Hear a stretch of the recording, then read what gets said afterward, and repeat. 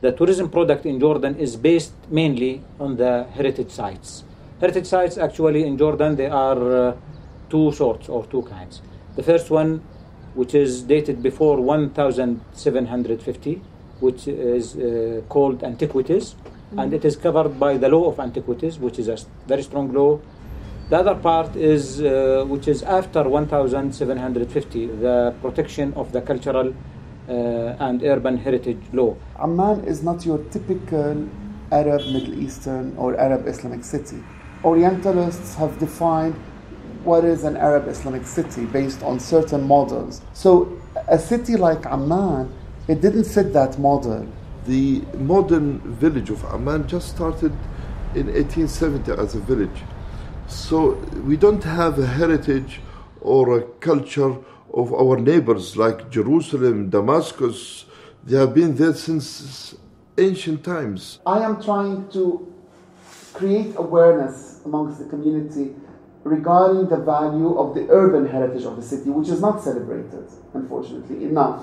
Amman is a modern city.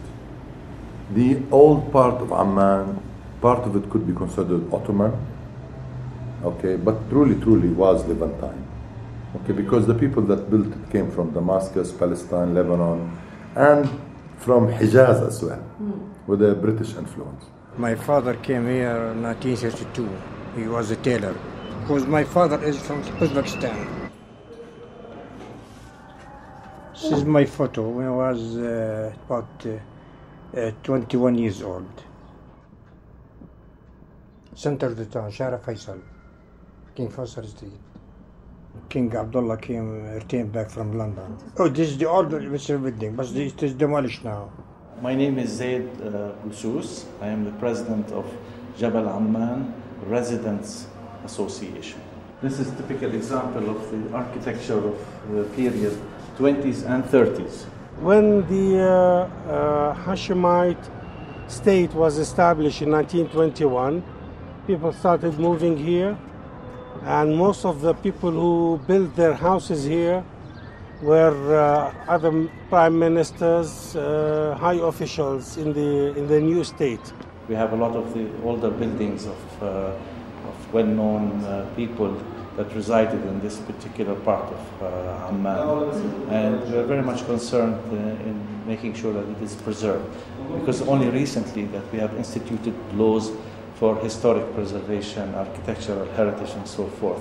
Also downtown area, in the Faisal Street, where all the main activities used to take place. In fact, they had, those days, if you look at this and have a close-up of this one, I think it was much prettier than what it is now. If you look at with the cars, this is a 40s thing. You have a beautiful garden in the middle. If you look at the pictures in the 30s and the 40s, it was all beautiful Levantine palaces, like you're in southern Italy. And then suddenly in the 50s, 60s, a mayor came and gave them the same. They're all traders. He gave them an approval to build what we call longitudinal commercial, i.e. in front of every palace, he built shops and an office building. Even, Kawar family, Sha'sha'a family, these were the leaders in the community. When I was growing up in Amman back in the 1970s, it was a city of no more than 500,000 inhabitants, and it's now about 2.5 million people. Nobody cared in 85. Renovation was like unheard of in Jordan. It was too. People just wanted, they were looking forward, and they never knew what they had. So I was the first to really lobby politically for renovation, and so I was behind raising funds. In fact, from the German embassy at the beginning, and then the even Jordanian government followed. There were no methodology about, talking about the conservation, talking about all the fields are related to the heritage. In 2003, the GAM established this division because of, the importance of, taking care of the heritage and conserving all the heritage sites here in GAM. One of the pluses that we have here, we have a conservation law 2005. And according to this law, we establish our higher committee and technical committee in Ministry of Tourism. This law relatively is a new one. It was approved 3 years ago, and we are in the process of activating this law because it needs a lot of procedures, a lot of tools, a lot of teeth to start implementing this law. Also, which adds more to the challenge that what is after 1,750 is a lot. There is a lot, you know. In each city, if you go to Salt, there are hundreds of traditional buildings that could be considered, according to the law, as heritage buildings. Amman, of course, like any city which grows so quickly over this period of time, when its growth has really not been gradual, but has been punctuated perhaps by a couple of major events in the region, such as the first Gulf War and then the Iraq invasion.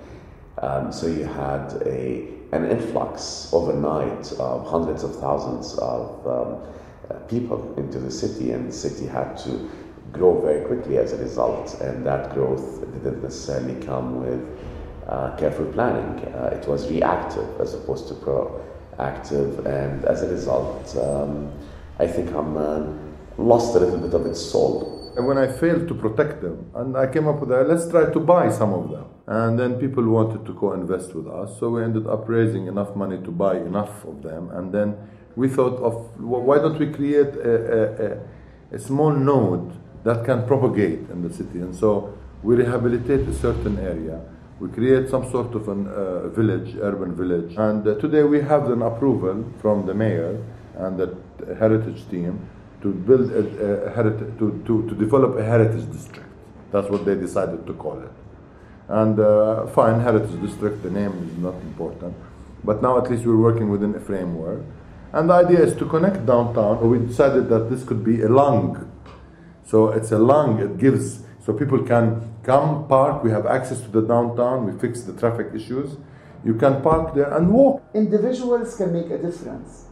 And we might think that the state, through formal discourses and formal processes and practices, is very strong in actually inscribing and producing a certain definition of a heritage for that particular country. This might be true, but also individuals can make a big difference. The intervention was minimal, but the impact that it had on people's reaction with the street, not so many people in Amman knew about Rainbow Street. Many know about it now. So at least as a heritage site, if we can call it as such, it means a lot to a greater sector of the Ammanis. For the way it is now, with what Rami Daher did, is a disaster. It's a bottleneck. Every single antique dealer in Jerusalem and Damascus and Aleppo are coming to Rainbow Street, or hubbly-bubbly places. It should have been just simply the sidewalk should have been done better and wider. They did not solve that problem. We should not have. They should have addressed the issue of parking and garages and traffic flow much more seriously and technically, and there were solutions right there in front of their eyes, which they did not look at. It became a beautification project rather than really addressing an urban regeneration of the whole area. This is the problem with architects versus me. Architects, they fall in love with their designs. They need people like us. We know how to buy designs. Do you think Rainbow Street is better now? Or it's better. I think it's better now. Plenty of tourists came here. Yeah, plenty of tourists came to take a look. If you go now to Jabal Amman, really the place there, it is there's something different. If you go to Rainbow Street, see the buildings there. Now my daughter is 13 years old. She has the same feeling. She is telling me always, "Father, please take me to Rainbow Street. I like the place there." I asked her this question, why? She said something about the colors, because the color of the stone, it is that yellow. There is something, I don't know how to, maybe that's the good thing about it, that you cannot describe what you feel there, but there is a different feeling than going to a new place in Amman, in the suburbs. It is there. This is Amman. For me, this is Amman.